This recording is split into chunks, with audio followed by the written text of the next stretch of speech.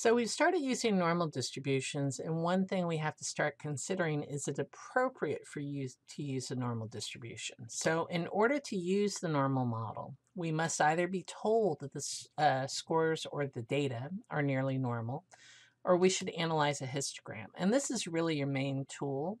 You can also use a normal probability plot, and I'll show you how to create one with some fake data. Um, but I'm going to say the histogram is really probably your best bet. I've seen a lot more histograms used to analyze this. But before I do that, let me show you how to do a normal probability plot. So first of all, I'm going to enter the data in a list and where I'm going to calculate the average and the standard deviation. So here's my list of data. I'll show edit again, enter. There's the list, all right? And then I'm going to hit stat and calc in one of our stats so that I can have my standard deviation. My mean's 225.6 and my standard deviation is 34.5. And I'm going to create a new list of z-scores because to create a normal probability plot, you need z-scores.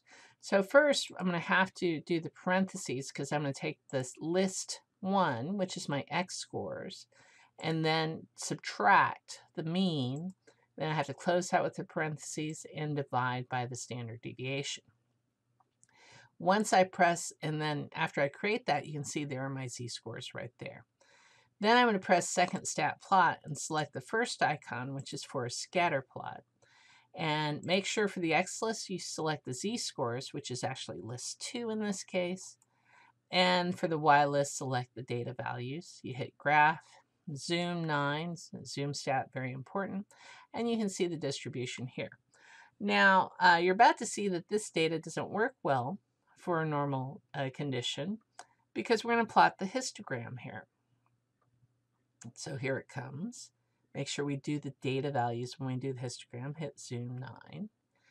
And you can see it's pretty much this histogram right here. So for the distribution to be considered normal, the normal probability plot should be linear, so it should be straight. And the histogram should be roughly symmetric and mound shaped. So that will tell you that you have good data.